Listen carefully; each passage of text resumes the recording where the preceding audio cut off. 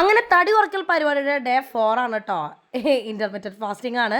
രാവിലെ തന്നെ ഒരു 7 മണിയായപ്പോൾ ഞാൻ കട്ടൻ ചായ തട്ടി.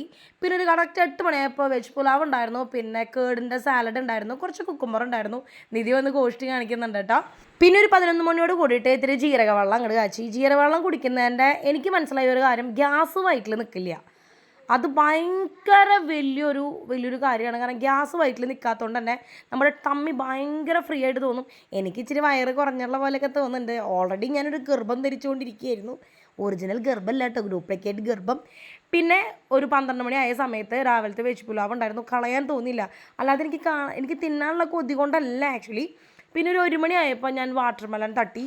എന്താണെന്നറിയില്ല, ഇന്നത്തെ ദിവസം ഭയങ്കര വിശപ്പായിരുന്നു. ആ കാണുന്ന സാധനം മൊത്തം എനിക്കാണെന്നാണ് പറഞ്ഞു വരുന്നത്. പിന്നെ ഉച്ച തിരിഞ്ഞ അമ്മ വന്നു. എന്നെ പ്രലോഭിപ്പിക്കാൻ വേണ്ടി തന്നെ അമ്മ പരിപ്പ് വട കൊണ്ടുവന്നു. പരിപ്പ് വട ഞാൻ കഷ്ടപ്പെട്ട് സങ്കടം സഹിക്കാൻ വയ്യ. നല്ല കറുമുറു പരിപ്പൊടിയായിരുന്നു. ഒരെണ്ണം ഒരു കൊതിക്ക് തിന്നാണ്ട് വേറെ നിവൃത്തിയില്ലാത്തത് കൊണ്ട് ഞാൻ തിന്നു.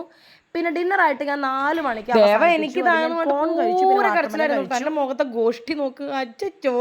പിന്നെ 6 മണിയോട് കൂടി കുറച്ച് ജീരക വെള്ളവും ഗ്രീൻ പീസും കഴിച്ച് ഞാൻ ആ കാര്യം അവസാനിപ്പിച്ചു. ടാറ്റാ.